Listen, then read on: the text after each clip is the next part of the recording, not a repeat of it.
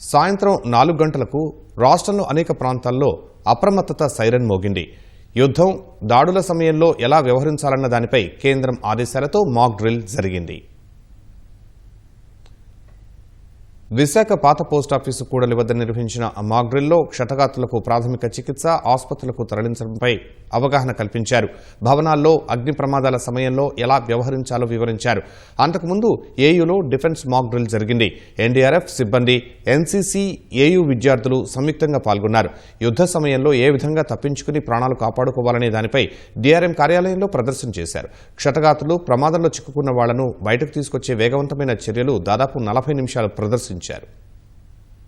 వైద్య సిబ్బంది, ఇతర గుంటూరు రైల్వే స్టేషన్ ఆర్టీసీ బస్టాండ్లో పోలీసులు మాక్ డ్రిల్ నిర్వహించారు. ఉగ్రదాడుల సమయంలో బాంబులు నిర్వీర్యం చేయటం, మంటలార్పటం, గాయపడిన వారిని ఆసుపత్రులకు తరలించడంపై వివిధ శాఖల సమన్వయాన్ని కళ్లకు కట్టినట్లు చూపారు.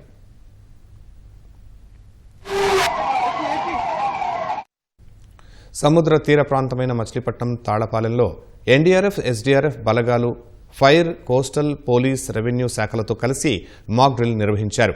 కృష్ణా జిల్లా కోడూరు మండలం పాలకాయ తిప్ప, గిలకల దిండి, ఒర్లగింది తిప్ప సముద్ర తీర గ్రామాల్లో మెరైన్ పోలీసులు పహారా కాస్తున్నారు.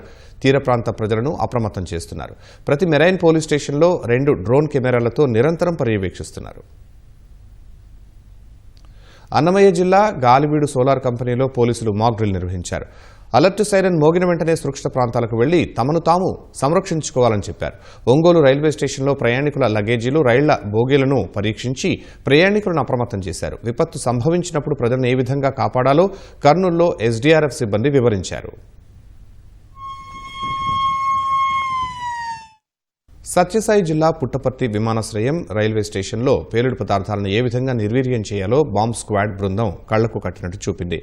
తుపాకులు చేతపట్టుకుని ప్రాణనష్టం జరగకుండా శత్రువులను ఏ విధంగా నిలువరించాలో పోలీసులు వివరించారు. శ్రీకాకుళం జిల్లా ఆముదాల వలసలోని శ్రీకాకుళం రోడ్ రైల్వే స్టేషన్ ఆవరణలో ప్రయాణికులకు అవగాహన కల్పించారు. సాయుధ దళాలు ముష్కర్లను బంధించడం, క్షతగాత్రులను ఆసుపత్రికి తరలించడం వంటి వాటిని ప్రదర్శించారు.